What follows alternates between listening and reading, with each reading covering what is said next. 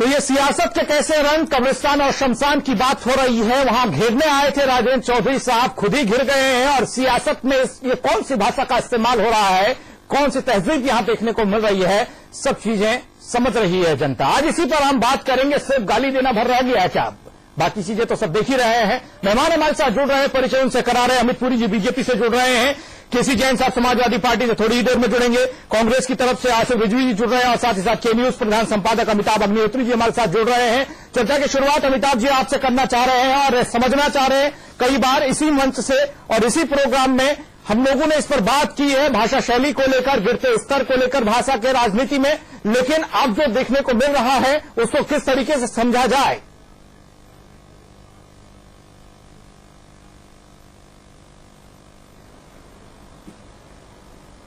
पंकज जी देखिए, अब शर्मिंदगी का दौर है जनता के लिए, नेताओं के लिए नहीं, जनता के लिए शर्मिंदगी का दौर है।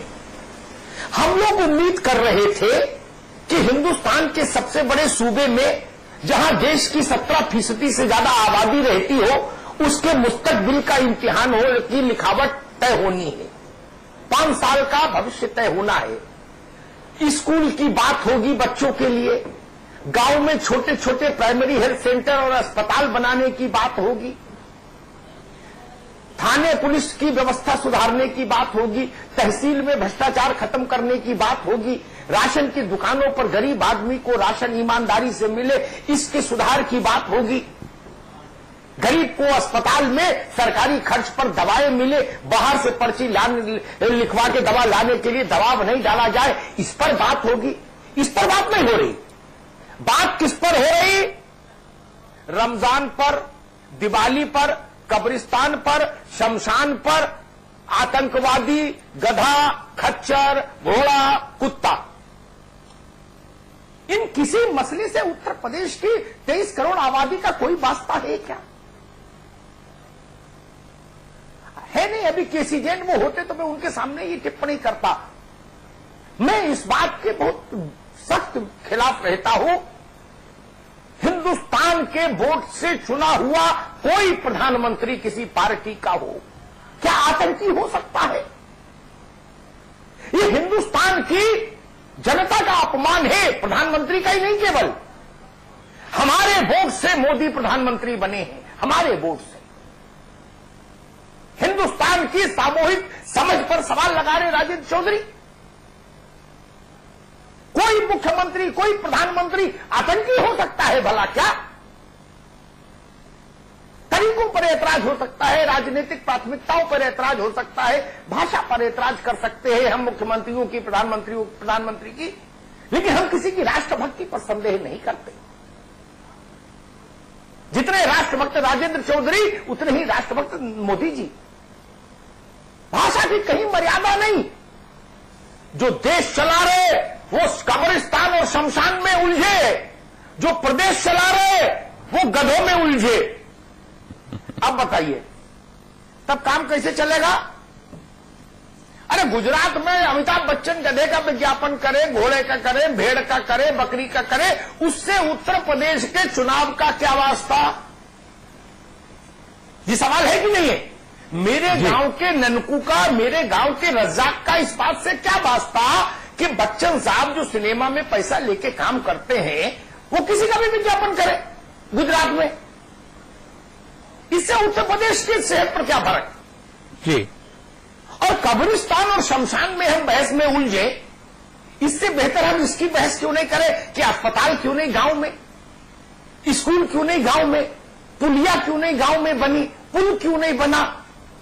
शायद इन पर बहस होती तो बेहतर होता। लगता कि आप लोगों की सियासतदानों की आंख में, जैन साहब भी आ गए अमिताभ जी, और जब आंख में पानी खत्म हो जाता है तभी ऐसे मसलों पर बहस शुरू होती है जिसमें गधा आता है, खच्चर आता है, घोड़ा आता है।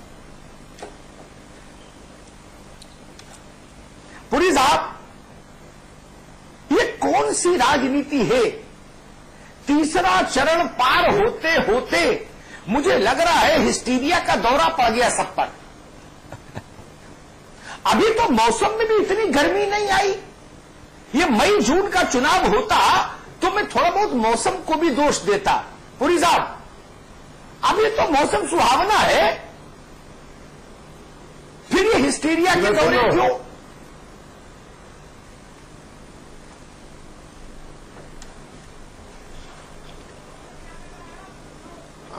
अमिताभ जी, मैंने पूरी रिपोर्ट आपकी भी सुनी भी और देखी भी, और लगातार राजनीतिक क्षेत्र में काम करने के नाते से थोड़ा बहुत ट्रेंड्स को फॉलो करने का काम भी करता हूं।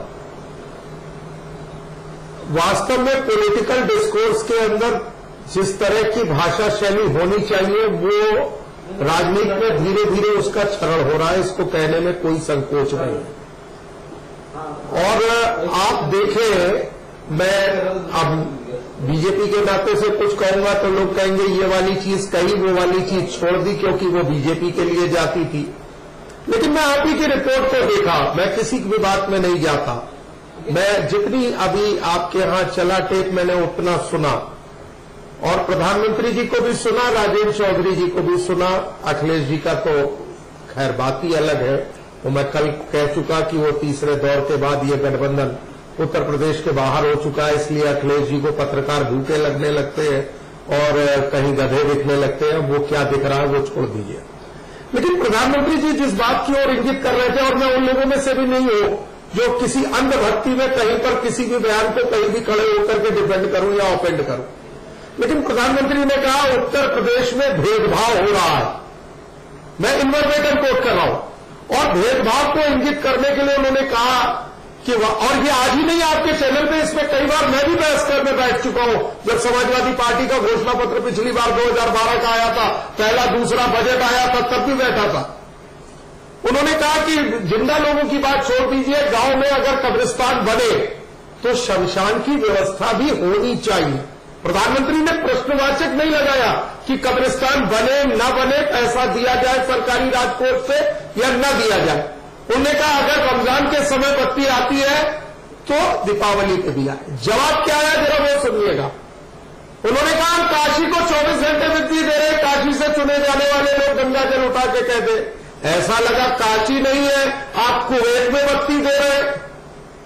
अरे काशी उत्तर प्रदेश के मुख्यमंत्री के राजनीतिक सूबे का हिस्सा है। और याद दिलाना चाहता हूं स्वर्गीय राजनारायण जी का कई साल तक समाजवादी पृष्ठभूमि में केंद्र रहा बनारस। तो आप काशी को बत्ती दे रहे हो, क्या नरेंद्र मोदी जी को बत्ती दे रहे हो? क्या काशी की जनता उत्तर प्रदेश की टेरिटरी में नहीं रहती, पॉलिटिकल डोमेन का हिस्सा नहीं है, एडमिनिस्ट्रेटिव डोमेन का हिस्सा नहीं है? और उसके बाद आप कहते हो लोकतंत्र के आतंकवादी। मैं अगर उसके 100% को भी लूं, आपने तो कहा कि चुना हुआ प्रधानमंत्री आतंकी नहीं हो सकता, इंडिया कोई टेरर स्टेट नहीं है। लेकिन अगर हम उसके राजनीतिक मर्म को भी समझे तो राजेंद्र चौधरी जी को याद दिलाना चाहता हूं, राजेंद्र जी कांग्रेस से दोस्ती करते करते भूल गए लोकतंत्र के ऊपर आतंक की काली साया आपके उन साथियों ने दी थी जो यूपी को यह बात पसंद है। ये कांग्रेस 1975 में इमरजेंसी लाई थी, वो लोकतंत्र के लिए काला अध्याय था, लोकतंत्र पर आतंकी हमला था। और आप 75 के सेनानियों की पेंशन की बात करते हो और आज भूल गए कि लोकतंत्र में हमला करने वाले कौन थे, और आपको मोदी जी में लोकतंत्र का आतंकी नजर आता।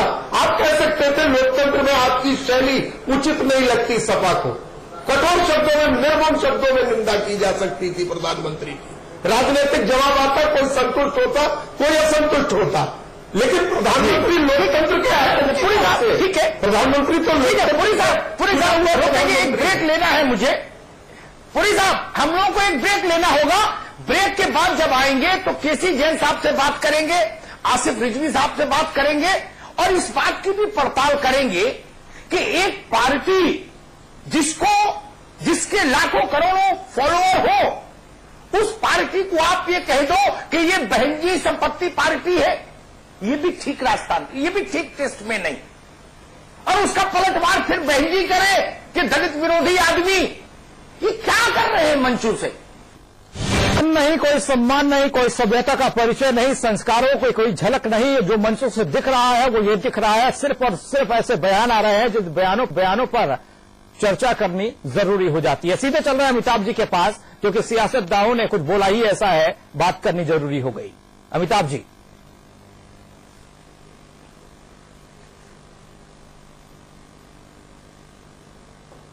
बिल्कुल ठीक कहा पंकज आपने। जैन साहब, 3-4 बातें। क्या भारत का प्रधानमंत्री आतंकी हो सकता है? क्या गुजरात के गधे कहां दिखाए जा रहे हैं फोटो में, ये उत्तर प्रदेश के चुनाव का विषय हो सकता है? क्या कोई बड़ी पार्टी जिसको इस प्रदेश की जनता ने कई बार सत्ता सौंपी हो, वो भ्रष्टाचार बहंजी संपत्ति पार्टी हो सकती है? क्या कब्रिस्तान और शमशान हमारे चुनाव का मुद्दा हो सकते हैं केवल स्कूल और अस्पताल की जगह? ये बड़े सवाल हैं जो पिछले 24 और 48 घंटों में खड़े हुए हैं। मैं पूरी साहब से कह रहा था कि अभी तो इतनी गर्मी पड़ी नहीं, फिर आप लोगों पर यानी पॉलिटिकल बिरादरी पर हिस्टीरिया के दौरे क्यों पड़ रहे हैं?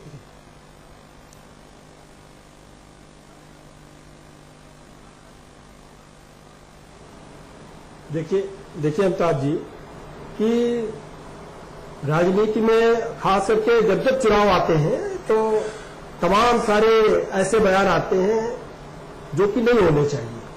पिछले चुनाव में भी तमाम सारे बयान आए, तमाम सारी बातें हुई, लोकसभा के चुनाव में भी हुई, पिछले इसके पहले के 2012 के विधानसभा में हुई। और जो जिस चीज की बात हो रही है अभी बहुत अच्छे से उसकी सफाई भी दी हमारे भारतीय जनता पार्टी के साथी ने, तो बिल्कुल ऐसी बातें नहीं हो रही। लेकिन क्या होता क्या है अमिताभ जी कि जब भी कहीं से भी शुरुआत कोई भी करे तो चुनावी दौर में बिल्कुल उसका जवाब और पलटवार देखने को मिलता है। लेकिन ये बात, इस तरीके की बातें छेड़ना चुनावी माहौल में कहीं ना कहीं एक आपसी रंजिश, भाईचारा को खतरा पैदा करने वाले कई बयान है कि आप कब्रिस्तान बनवा रहे हैं, शमशान नहीं बनवा रहे हैं, और दीपावली पे लाइट नहीं आती है, रमजान में ये जो भेदभाव पैदा करना, ये शुरुआत ऐसी क्यों की जाती है? इस तरीके के बयान आएंगे फिर उनका पलटवार होगा। और लोकतंत्र के आतंकवादी अगर इस तरीके की बयानबाजी से एक विकट स्थिति पैदा हो जाए, दो समुदायों में ऐसा विद्रोह पैदा हो जाए कि उसको संभालना मुश्किल हो जाए। लॉ एंड ऑर्डर संभालने वाले तो आदमी ही है, इंसान ही है, और जो लॉ एंड ऑर्डर में बैठे हुए लोग हैं, जो जनता के बीच में बैठे हुए लोग हैं, सबके अंदर एक वैमनस्यता जैसा भरा हुआ बयान डाल देना है, उछाल देना केवल है। और उसके बाद में जब घटनाएं होती हैं, उन घटनाओं में झेलता कौन है? समाज के लोग। तो ऐसे जिम्मेदार पदों पे बैठने के बाद में ऐसे बयान देना ठीक है। अभी तक नहीं आता था कि आपकी बात, लेकिन मेरा सवाल एक ये भी था आपसे कि गुजरात में गधों का विज्ञापन हो रहा है, इससे उत्तर प्रदेश को क्या लेना देना? जैन साहब, गुजरात में गधों की फिल्म का विज्ञापन कर रहे हैं बच्चन साहब, इससे उत्तर प्रदेश गाजियाबाद से गाजीपुर और बस्ती से बहराइच तक के लोगों का क्या वास्ता?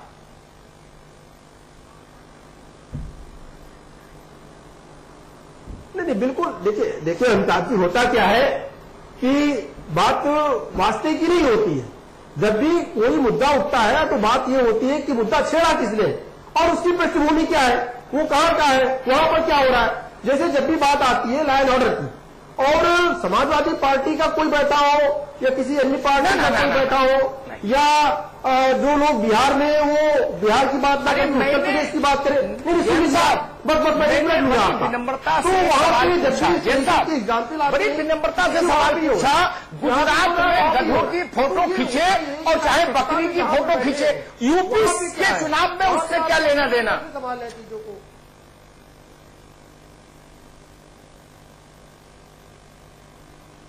नहीं, आप देखिए, लकड़बग्गे और शेर की बात हुई, बाघों की भी बात हुई पिछले चुनाव में। मतलब कोई नहीं होता है, लेकिन होता क्या है कि जब कहीं से कोई सवाल मांगा जाता है तो उसका कहीं ना कहीं उसका जवाब मिलता है। तो वो जो जैसे सवाल होते हैं वैसा उनका जवाब दिया जाता है। अब जब इस तरीके से तो जवाब जवाब दो। ठीक है जैन साहब, ठीक है। आसिफ रिजवी, ठीक है जैन साहब, फिर आएंगे आपके पास। आसिफ रिजवी, ये क्या सोबरी टिप्पणी है? जैन साहब फिर आएंगे। आसिफ रिजवी, मेरा सवाल आपसे जो सवाल है वो पार्टी से ऊपर हटके, अलग हटके, एक बहुत ऐसा सवाल जो हम लोगों के जहन में रहता, मतलब आम आदमी के जहन में रहता है, जब राजनेता, अलग अलग दलों के राजनेता गैर राजनीतिक समारोहों में मिलते हैं तो हंसी मजाक, आलिंगन, चकल्लस, चुटकुलेबाजी, तमाम तरह की चीजें होती हैं। लगता है कि बड़ा भाईचारा गहरा है, और मंच पर जाते हैं तो बोले तू आतंकी, बोले तू चोर। तो मैं आपसे समझना चाह रहा हूं आसिफ रिजवी, क्या राजनेताओं को कभी ये अपने मन में लगता होगा क्या, बड़े राजनेताओं को, कि अम्मा यार ये तो बड़ी शर्मिंदगी वाली बात हो जाएगी, अब अभी इतनी गाली दे रहे हैं 5 बजे और रात में 9 बजे पार्टी मिलना है तो गले में हाथ डाल घूमना है। रिजवी साहब,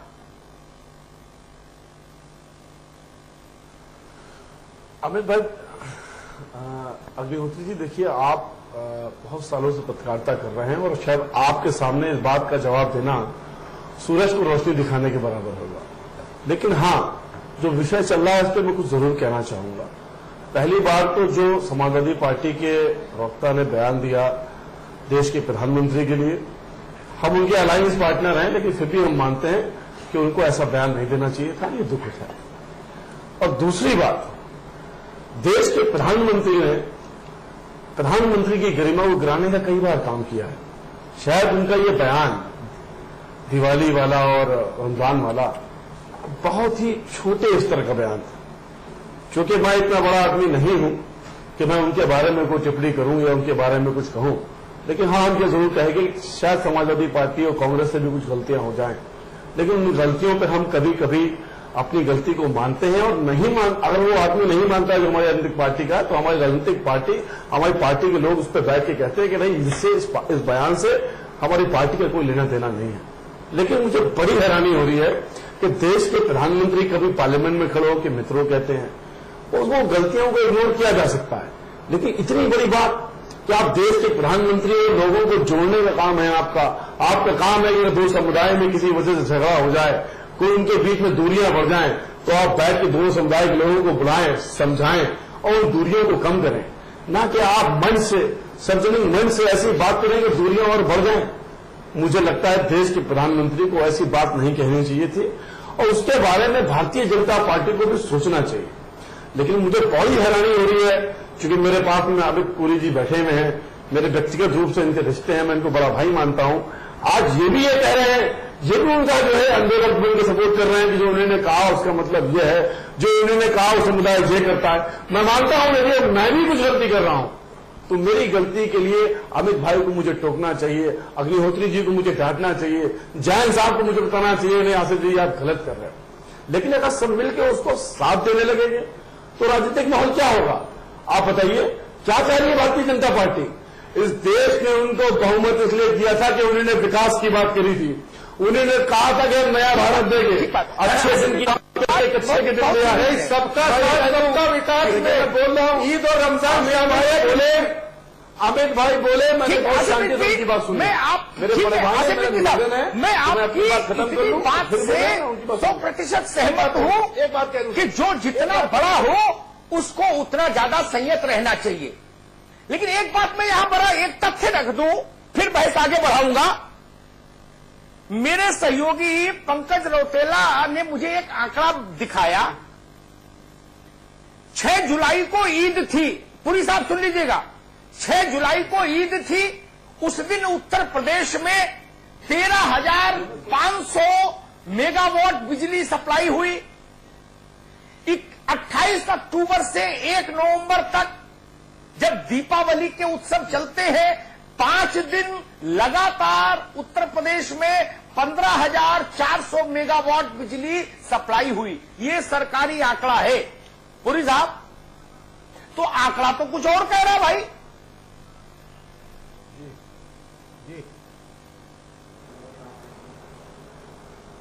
देखिए, अब मैं उत्तर दूं इसका ओंकार जी, मैं उत्तर दूं ओंकार जी इसका। जी अमित पुरी जी, प्रधानमंत्री ने कतई ये नहीं कहा जी। और जितनी बाइट आपने चलाई मैं उतनी ही बात कर रहा हूं। उन्होंने कहा अगर रमजान पे रोशनी हो, बत्ती आए, तो दिवाली पर भी बत्ती आनी चाहिए। और ये एक लोक कल्याणकारी राज्य का कर्तव्य है कि वो सभी संप्रदायों के उत्सवों पर एक समान रहे। यही सबका साथ, सबका विकास है। मैं तो रही है आपत्ति प्रधानमंत्री ने नहीं कहा तो रही है त्योहार पे बत्ती न दी जाए, उस त्योहार पे बत्ती दी जाए है। तो यही तो प्रधानमंत्री ने कहा कि उत्तर प्रदेश के अंदर दिवाली और रमजान दोनों पर बत्ती आनी चाहिए। इसमें एक कामना प्रधानमंत्री ने की, लोक कल्याणकारी राज्य के प्रधानमंत्री को और क्या कामना करनी चाहिए।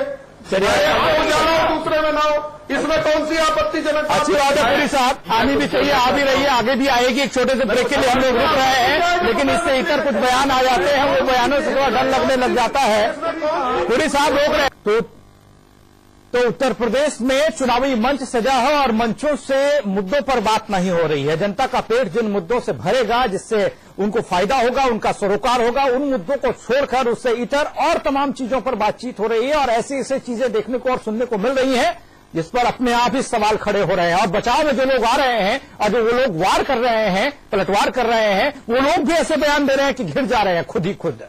मेहमान हमारे साथ जुड़े हुए हैं, सीधे चल रहे हैं के न्यूज प्रधान संपादक अमिताभ अग्निहोत्री जी के पास। अमिताभ जी,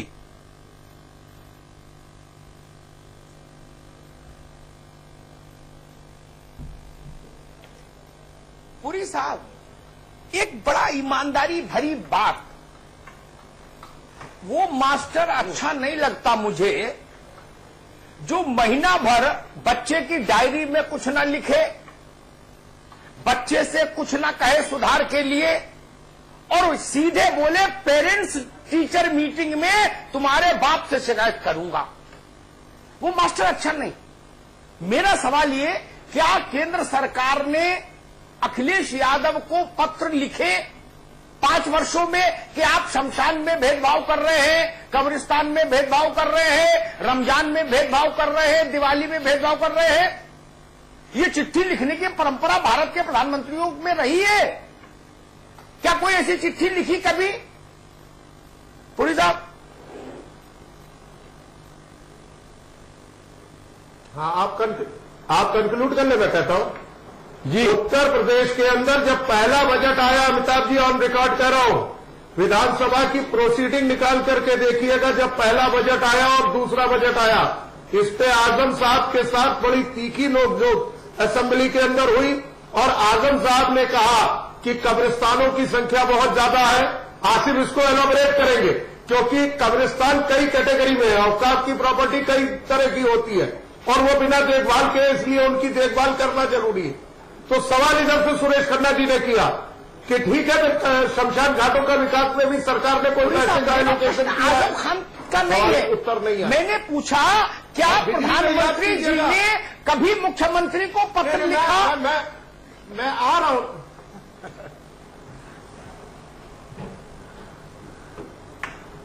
देखिए, प्रधानमंत्री की उनकी खत किताबत की जानकारी मुझे इस मुद्दे की नहीं है, लेकिन बिजली के मुद्दे की है। आप याद कीजिएगा, बिजली के मुद्दे पे आप ही के साथ बहस की थी, जब यह कहा गया कि उत्तर प्रदेश को कोयला नहीं दिया जा रहा, तो उत्तर प्रदेश से पीयूष गोयल जी ने उत्तर प्रदेश आए भी और उत्तर प्रदेश के मुख्यमंत्री को मौका भी दिया, जब उत्तर प्रदेश की सरकार ने कहा था कि कोयले के आवंटन में उत्तर प्रदेश के साथ भेदभाव बरता जा रहा है। आप स्मरण कीजिएगा। फिर उदय योजना के तहत अंतर्गत उत्तर प्रदेश को ऑफर दिया गया कि आप भी आइए और ट्राई कीजिए, जो आपने बिजली की खरीद में बैंक गारंटी दी है। जी पुरी साहब, ठीक है, अगर वक्त में गुंजाइश हो तो एक आसिफ रिजवी, ठीक है पुरी साहब, आसिफ रिजवी, एक चीज मुझे अखरती है, किसी राज्य में हो, कोई पार्टी सत्ता में हो, कौन सी चीज अखरती है वो बताऊं? कोई बड़ा अपराध हो जाए किसी राज्य में, उस वक्त केंद्र सरकार अपने संवैधानिक अधिकारों का प्रयोग नहीं करती। संविधान अधिकार देता है केंद्र को कि वो राज्य सरकार को एडवाइजरी जारी करे, तब रिश्ता निभाओगे और चुनाव में जब मंच पर चढ़ोगे तो एक दूसरे को इस भाषा में अभद्रतापूर्ण आलोचना करोगे। केंद्र की जो सरकारें रहती हैं वो राज्य सरकारों को समय समय पर चेताती क्यों नहीं है फिर? रिजवी साहब,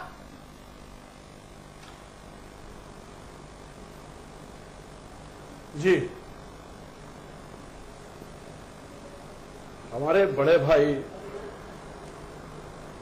अमित पुरी जी ने बड़ी खूबसूरती से उत्तर प्रदेश के लोगों के मन को जो घुमाने की कोशिश करी है, उसके लिए मैं इनको प्रणाम करता हूं। लेकिन एक बात कहना चाहता हूं, मैं तो एक आम आदमी हूं, एक आम आदमी की तरह बोलना चाहता हूं। 2014 में भारतीय जनता पार्टी को बहुमत इसलिए मिला था कि इन्होंने विकास की बात करी थी। मैं पूछना चाहता हूं, कोई 3 एम्स जो सेंट्रल गवर्नमेंट ने बनाए हों उसके नाम बता दें। कोई 3 ऐसी यूनिवर्सिटियां बना दें जो सेंट्रल यूनिवर्सिटियां हो, जिसको गवर्नमेंट ऑफ इंडिया ने बनाया हो इन 3 सालों में। 3 बार मुख्यमंत्री रहे गुजरात के, देश के प्रधानमंत्री हैं, अभी तक मेट्रो नहीं चला पाए हैं गुजरात के अंदर। और बात करते हैं, जब आते हैं मुद्दों से घुमाने के लिए, एम्स पर जवाब न देना पड़े, सेंट्रल यूनिवर्सिटियां कितनी खोली है उस पर जवाब न देना पड़े, मेट्रो नहीं चला पाए इस पर जवाब न देना पड़े, तो इतने महत्वपूर्ण पद पे बैठने के बाद उस पद की गरिमा को गिराते हुए लोगों को लड़ाने का काम कर रहे हैं। बहुत बड़े हैं वो, उनके सामने मैं धुआं भी नहीं हूं। मुझे लगता है कि हम जैसे छोटे लोगों से गलतियां हो तो हमें छोटा मान के समझा के समुदाय को मिलाने का काम करना चाहिए। आपके चैनल के माध्यम से भारतीय जनता पार्टी के सभी लोगों से मेरा निवेदन है, हाथ जोड़ के उनसे विनती है कि ऐसे मसले में उनके पीछे खड़े होकर देश को बांटने का काम न करें। ये वक्त है देश को साथ में मिला के आगे बढ़ाने का, देश को आगे बढ़ाना है। ठीक है, देश को मिला के कभी आगे नहीं बढ़ाया जा सकता। कि बांटने वाली बात नहीं करो कोई। ठीक है, बताएं जैन साहब, केसी जैन साहब, केसी जैन साहब, वही सवाल जो मैं कर रहा था। गुजरात में गधे फोटो में आ रहे हैं या बकरी आ रही हैं, ये उत्तर प्रदेश के चुनावी मंच का हिस्सा क्यों बने ये बात, और वो भी मुख्यमंत्री के स्तर से? ये बात कोई समाजवादी पार्टी का विधायक पद का चुनाव में लड़ने वाला कैंडिडेट बोल दे, बात आई गई हो जाए। क्या मुख्यमंत्री के लिए ये विषय बचे हैं?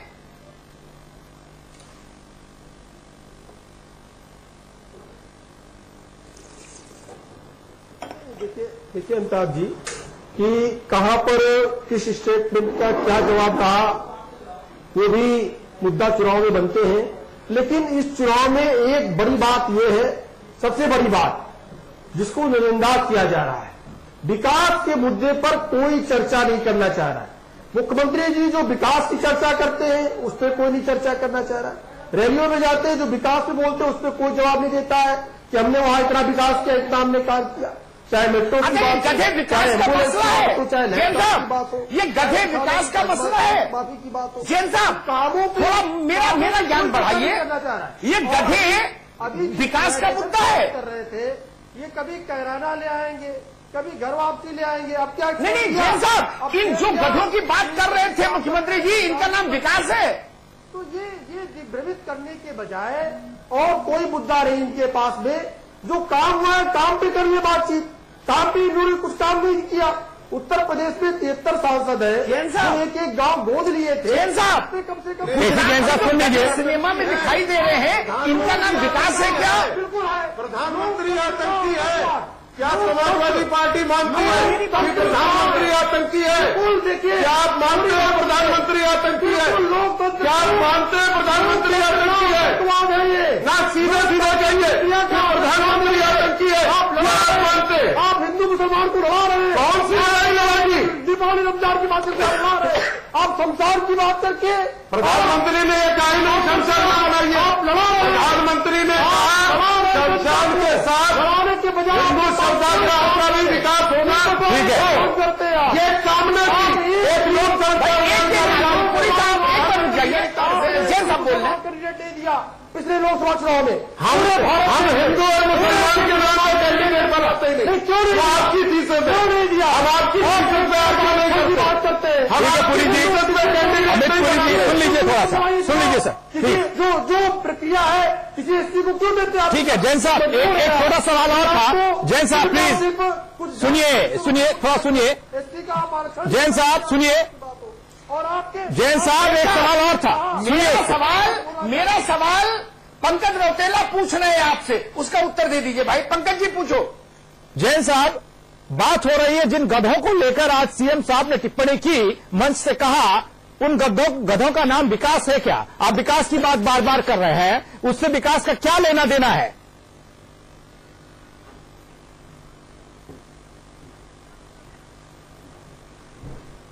नहीं देखिए, हमने ये कहा कि विकास पे कोई चर्चा नहीं रही, मैं ये नहीं कह रहा हूं उससे कोई लेना देना है, और लेकिन जितने कामों की बात कर रहे हैं मुख्यमंत्री जी, उस पर टिप्पणी क्यों नहीं हो रही है? उन्होंने कहा कि भाई हमने एम्बुलेंस चलाई, एम्बुलेंस से कितनी जानें बच रही है? समाजवादी एम्बुलेंस के बजाय भारतीय जनता पार्टी ने कोई एम्बुलेंस चलाई? केंद्र में उनकी सरकार, उत्तर प्रदेश में केंद्र की कितनी एम्बुलेंस चल रही है? अरे जैन साहब, रोज डिबेट उसी पर होती है, रोज बात उसी पर होती है। आज गधा कहा है, इसलिए गधे को सवाल पूछ रहे हैं।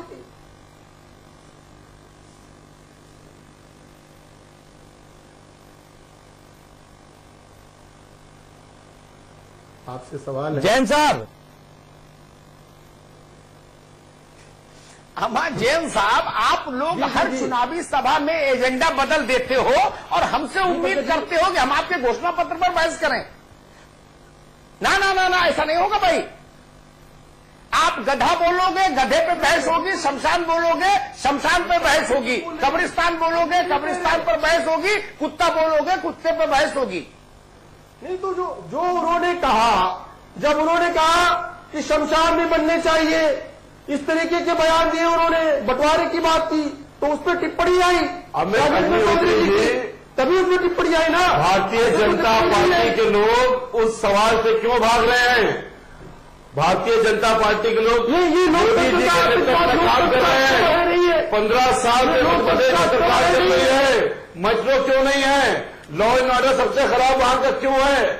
छत्तीसगढ़ की क्या हालत है? गुजरात में सरकार बनी तो दलितों के साथ क्या हुआ?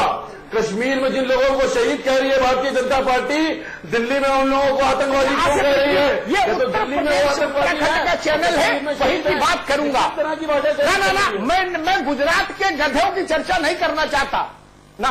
तो भाई मैं वही तो कह रहा हूँ। आसिफ रिजवी, मेरी बहस में केवल उत्तर प्रदेश की बात होगी, उत्तराखंड की बात होगी। वो चीज वही आइटम तो यहां लाएंगे। तो मैं उत्तर प्रदेश की बात कर लूं जी। इसके लिए जो फंड केंद्र सरकार को देना चाहिए था, पूरा क्यों नहीं दिया? क्यों भाग गया उस चीज से? ठीक, भारतीय जनता पार्टी, देखिए मैं कह रहा हूं भारतीय जनता पार्टी को 73 लाख उत्तर प्रदेश में दिए थे। ठीक है। केंद्र सरकार के पास सेंट्रल यूनिवर्सिटी खोलने की पावर थी, कोई एक सेंट्रल यूनिवर्सिटी उत्तर प्रदेश में खोली। केंद्र सरकार के पास। आसिफ रिजवी, आप पार्टनर हो इनके, आप समाजवादी पार्टी के घटक दल हो, सहयोगी दल हो।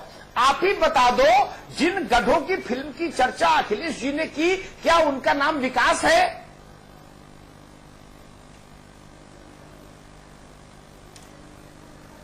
देखिए गौतमी जी, मैं कांग्रेस पार्टी को यहां पर रिप्रेजेंट कर रहा हूं, मैं कांग्रेस पार्टी के बारे में बोल सकता हूं। और जो शब्दावली देश के प्रधानमंत्री के लिए समाजवादी पार्टी के प्रवक्ता जी ने बोली, मैं पहले ही उसकी निंदा कर चुका हूं और मैंने कहा कि ऐसी शब्दावली का प्रयोग उन्हें नहीं करना चाहिए था। कांग्रेस पार्टी के किसी वर्कर ने, कांग्रेस पार्टी किसी नेता ने ऐसा नहीं किया, और यदि करेगा तो पार्टी लाइनअप से अलग होकर करेगा। पार्टी लाइन में उसकी, अरे आप नेता ने मौत चला ली, कोई बात कहने से कोई बोलने नहीं दे रहे हैं। शहर की खेती करने की उनको शहर की खेती तो सोनिया जी ने कहा और राहुल जी ने खून की तरह आपने तो कोई चीज डंडा हमारे, आपने तो कोई चीज छोड़ी नहीं है। मर्यादा की बात करते हैं कांग्रेस, लोकतंत्र की हत्या, मर्यादा की बात करते हैं। किसने कहा? चैनलों की दलाली किसने कहा? रखने देते हैं, अमित पुरी जी लोकतंत्र की हत्या कर रहे हैं। आपका चैनल इमरजेंसी लोकतंत्र की हत्या नहीं है। जब बोलने देंगे तब तो बोले 75 की इमरजेंसी वाले बता रहे हैं। ठीक है, तुमने मेडिकल कॉलेज की बात करी, हम नहीं बोलने देंगे। 75 की इमरजेंसी वाले लोकतंत्र की बात करेंगे तो जैसे ही इनसे पूछोगे केंद्र सरकार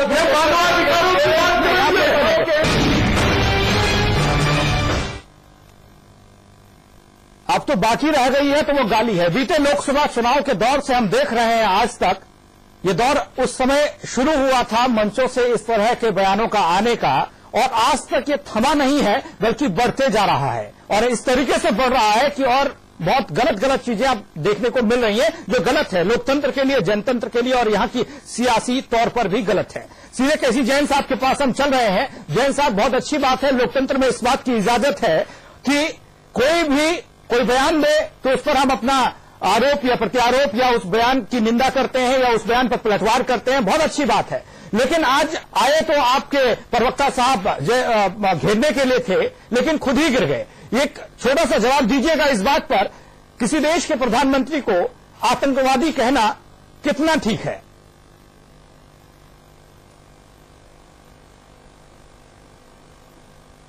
नहीं, देखिए पंकज जी कि किसी भी पैरा में से बीच का सेंटेंस लेकर के और उस पर कोई टिप्पणी करना, पंकज पूरा सुनवा दो, सुन लो पंकज पूरा सुनवा दो, पुरु जी पूरा सुनवा दो। पुरु जी सुन लीजिए आप। उन्होंने कहा लोकतंत्र का आतंकवाद है ये, तो ये लोकतांत्रात्मक प्रक्रिया में है और देश का प्रधानमंत्री ना जैन साहब ना बकायदा नाम लिया है, ये ठीक है क्या? 75 की इमरजेंसी में मुलायम सिंह जी के साथ क्या हुआ? प्रधानमंत्री 75 की इमरजेंसी में मुलायम सिंह जी के साथ क्या हुआ? क्या वो लोकतंत्र का आतंकवाद था कि नहीं? भारतीय जनता 75 की इमरजेंसी में मुलायम सिंह जी के साथ क्या हुआ?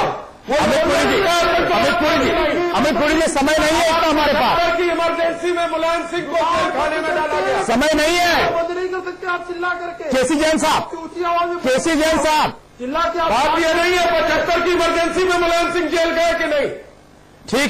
ठीक है अमित पुरी जी, बहुत अच्छी जानकारियां हैं, सहयोग करती है हम लोगों को भी। लेकिन जैन साहब संक्षेप में बताइएगा, बाकायदा नाम लेकर कहा गया, ये ठीक है या गलत? छोटा सा जवाब।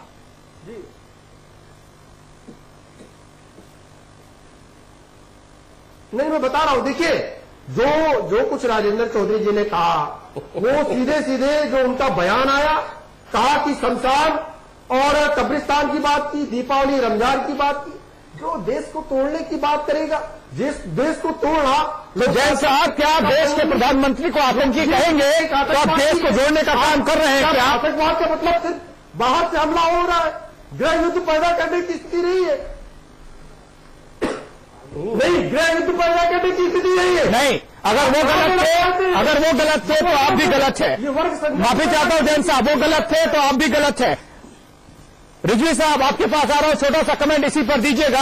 आपका गठबंधन है और बड़े जोर शोर के साथ आप विकास की बात कर रहे हैं, काम की बात कर रहे हैं, काम बोलता है, आप भी बोल रहे हैं, लेकिन इस बात को लेकर बोलिएगा। जैन साहब माफ कीजिए, हमको जय चुप रहिए। फैलाने का काम किया आसिफ रिजवी, नगर में, आसिफ रिजवी अपनी बात रखें संक्षेप में। अच्छा दी, जिन लोगों ने नगर में दंगा फैलाया, तो ये आतंकवाद नहीं और क्या है? जैन साहब माफ कर दीजिए। मैं पहले ही शुरुआत में ये बात को कह चुका हूं कि देश के प्रधानमंत्री के लिए ऐसी शब्दावली का प्रयोग करना उचित नहीं है। लेकिन मेरे हाथ जोड़ के निकट देश के प्रधानमंत्री से भी है कि देश के प्रधानमंत्री के काम त्योहारों में तख्ती और नरमी नहीं चलेगी। रिजवी जी, एक मैं बात और कहना चाहता हूं, उत्तर प्रदेश में एक बात सुनिए, एक बात रिजवी साहब, नहीं चलेगी नरमी और गर्मी। जब बात पूरी जब उनका विरोध हो रहा है, इधर भी विरोध होना चाहिए। आपका गठबंधन है, आप दोस्त है, वो बात अलग है, लेकिन देश हित में उसका विरोध होना चाहिए। अमित पुरी जी, थोड़ा सा कमेंट आपका भी चाहूंगा, फिर संवाद की टिप्पणी कर जाऊंगा अमिताभ जी के पास। आपने मेरे शब्दों को सुना नहीं जी सुन लीजिए, मैंने पहले भी ये बात कही थी, मैंने पहले ही उनसे कहा कि साहब ये गलत किया जी, और मैं भारतीय जनता पार्टी से भी कह रहा हूं कि देश के प्रधानमंत्री। नहीं रिजवी साहब, ये नहीं चलेगा ना, ये कैसे चलेगा? जब कब्रिस्तान और शमशान पर आप तल्ख होते हैं तो प्रधानमंत्री को आतंकी जब कहा जाता है तो उसमें नर्म कैसे हो सकते हैं? हमारे टाइम हमको दे अमित पुरी जी प्लीज। निवेदन न करा जाए। सुनिए, लोकतंत्र की हत्या यहाँ हो रही है कि यहाँ बोलने नहीं दे रहे भारतीय जनता पार्टी के लोग। अमित पुरी जी जल्दी से अपनी बात रखें। निवेदन कर रहे हैं कि देश को मत लड़ाओ, वरना वो तो साहब देश की लोकतंत्र की हत्या करी ना। रिजवी जी प्लीज। अमित पुरी जी, लोकतंत्र में कांग्रेस के पास लोकतंत्र की हत्या इमरजेंसी में करने का कोई जवाब नहीं है। देश के प्रधानमंत्री आजादी पर कई बार कांग्रेस ने अंकुश लगाया, यही राजीव गांधी थे अपार बहुमत से आज है। ठीक है,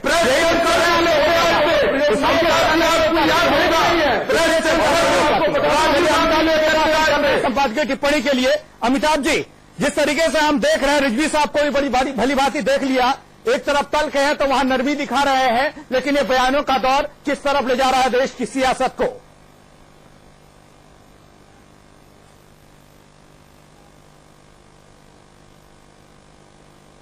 देखिए, मैं जैन साहब से यानी समाजवादी पार्टी से, भाजपा और कांग्रेस से और बसपा से, चारों से एक बात कहूंगा, और जो मैं कह रहा हूं वो आप सबके काम की चीज है। आप सब लोग तमाम चैनल्स पर जाते हैं, सभाओं को संबोधित करते हैं, ये चीज आपके आगे काम आएगी। नपना एक रखेंगे तो कुर्ता साबुत रहेगा, अलग अलग नपना रखोगे तो कुर्ता फटेगा। जैन साहब ने एक बात कही कि रमजान और दिवाली, कब्रिस्तान और शमशान से देश बंटने का खतरा पैदा हो गया। चलो मान लेते हैं 1 मिनट के लिए, लेकिन हुजूर, जब आपकी पार्टी के एक बहुत बड़े नेता ने यह कहा था कि कारगिल की लड़ाई केवल मुसलमान फौजियों ने जीती तो देश को जोड़ने का काम किया था, तब तो नहीं बोले।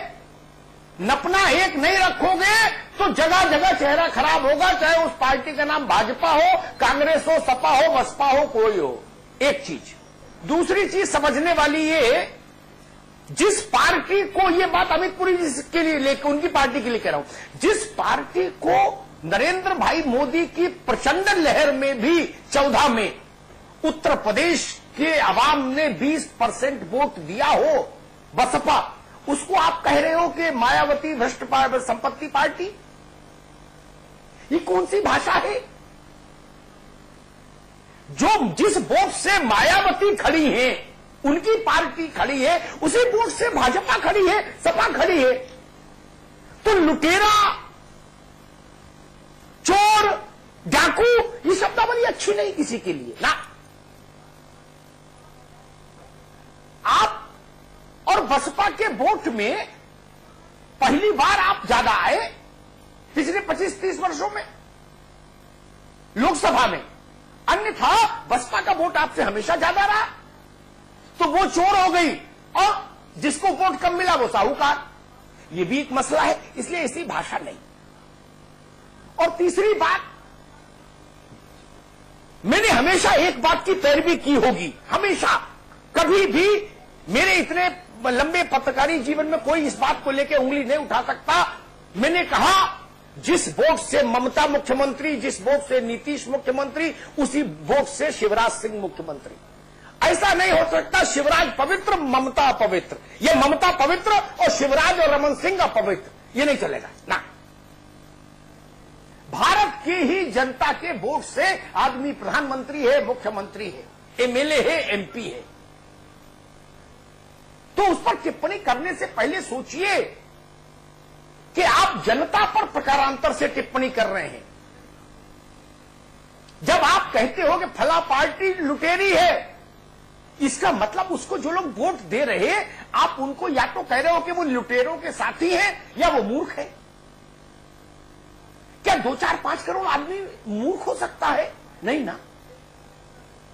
जयप्रकाश जी ने एक बार इंदिरा जी को चिट्ठी में लिखा था, बिहार के संदर्भ में लिखा था, मैं पूरे देश के संदर्भ में कहता हूं कि इस देश का उन्होंने तो लिखा था बिहार का आदमी कम पढ़ा लिखा तो हो सकता है इंदिरा जी, लेकिन विवेकशील है, विवेकशील। वैसे ही उत्तर प्रदेश का आदमी किन मुद्दों पर बहस कर रहे हैं समझ ही नहीं आ रहा, और बड़े लोग कर रहे हैं। और एक बात मैं जरूर कहूं, ये बात समाजवादी पार्टी और भाजपा के लिए कहता हूं, अगर आपका मन नहीं मानता, अगर आपके पेट में गुड़गुड़ होने लगती है, दिमाग बेचैन हो जाता है, उन्माद जैसी स्थिति आ जाती है, अगर कुछ ऐसा नहीं बोले विवादित, तो ये जिम्मा छोटे नेताओं को दे दो, उनको भी काम मिल जाएगा और आपकी भी छवि बची रहेगी। आसिफ रिजवी की इतनी बात से मैं सहमत था। छोटे उद्दंडता करते हैं तब दूसरा परिदृश्य होता है, और बड़े करते हैं तो बिल्कुल दूसरा परिदृश्य होता है। बेटे शैतानियां करते हैं, पुरी साहब, बाप और बाबा शैतानियां करते हुए अच्छे नहीं लगते, ना बाप ना बाबा। कोई ऐसा मोहल्ला देखा केसी जैन साहब आपने जहां बेटे शैतानी नहीं करें और बाप और बाबा शैतानी करें? लड़कियां छेड़ें, चोरी करें, गुलेल से शीशा तोड़ें? नहीं ना। बच्चे करें तो समझ आती है बात ना। जो लोग जिनके ऊपर बड़ी जिम्मेदारियां हैं, जो बड़े चेहरे हैं भारत के लोकतंत्र के, मैं ये नहीं कहता कि किसी की निष्ठा पर संदेह करूं, लेकिन वाणी के संयम की समस्या तो है और ये सबके साथ है। 19-20 का फर्क होगा। इस वाणी के संयम को नहीं बना के रखिएगा तो एक बड़ी खतरनाक स्थिति होने वाली है। जैन साहब, इस देश में लोग अपने बच्चों से कहेंगे इलेक्शन टाइम में टीवी बंद रखो, नहीं तो नेताओं के भाषण सुन के बच्चे बिगड़ जाएंगे। ये जान लीजिए। या आप लोगों के भाषण सुन के विरक्त हो जाएंगे लोग राजनीति से। और एक बात पर गौर करेंगे अगर आप लोग तो बड़ा अच्छा होगा, मेरी इस डाटा को देखिएगा जाके, खासतौर पर अमित पुरी वो राजनीति के तमाम ट्रेंड्स पर भी काम करते हैं अध्ययन का। इस चुनाव में अमित भाई शहरों में वोट कम पड़ रहा है, देहात में ज्यादा पड़ रहा है। ये शहरों का मोह भंग हो रहा है। ये अच्छी बात नहीं। आपकी पार्टी के लिए नुकसान है, फायदा है, वो अलग का विषय है, लेकिन लोकतंत्र के लिए भी अच्छी बात नहीं। जी, जहां सबसे ज्यादा प्रचार प्रसार, जहां आप लोग सबसे ज्यादा चिल्लाते हैं, वहां का आदमी वोट ही देने नहीं जा रहा। वो कह रहा ऐसे जहां गुजरात के गधे पर चर्चा हो रही हो या शमशान पर चर्चा हो रही हो, वहां क्या वोट करें? इसलिए मेरा निवेदन होगा, मुद्दों पर बात करिए। ननकू और रज्जाक की जिंदगी बेहतर कैसे हो, इस पर बात करिए। इस पर बात करेंगे तो हर कोई सुनेगा। अन्यथा एक तो भाषणों में रिपीटिशन बहुत है आप लोगों के। किसी भी सभा का भाषण उठा के किसी में भी टेप लगा दीजिए, लगता वही ओरिजिनल है। और दूसरा, ऐसी बातें जिनको सुन के शायद लोकतंत्र में जो वोटर है उसको शर्मिंदगी होती है। बहुत बहुत धन्यवाद। अमित पुरी जी, बहुत बहुत शुक्रिया आपका। केसी जैन साहब, आपका भी बहुत बहुत शुक्रिया। और साथ ही साथ आसिफ रिजवी जी, आपका भी बहुत बहुत शुक्रिया। अमिताभ जी, आपका भी बहुत बहुत शुक्रिया चर्चा में आने के लिए और रूबरू कराने के लिए।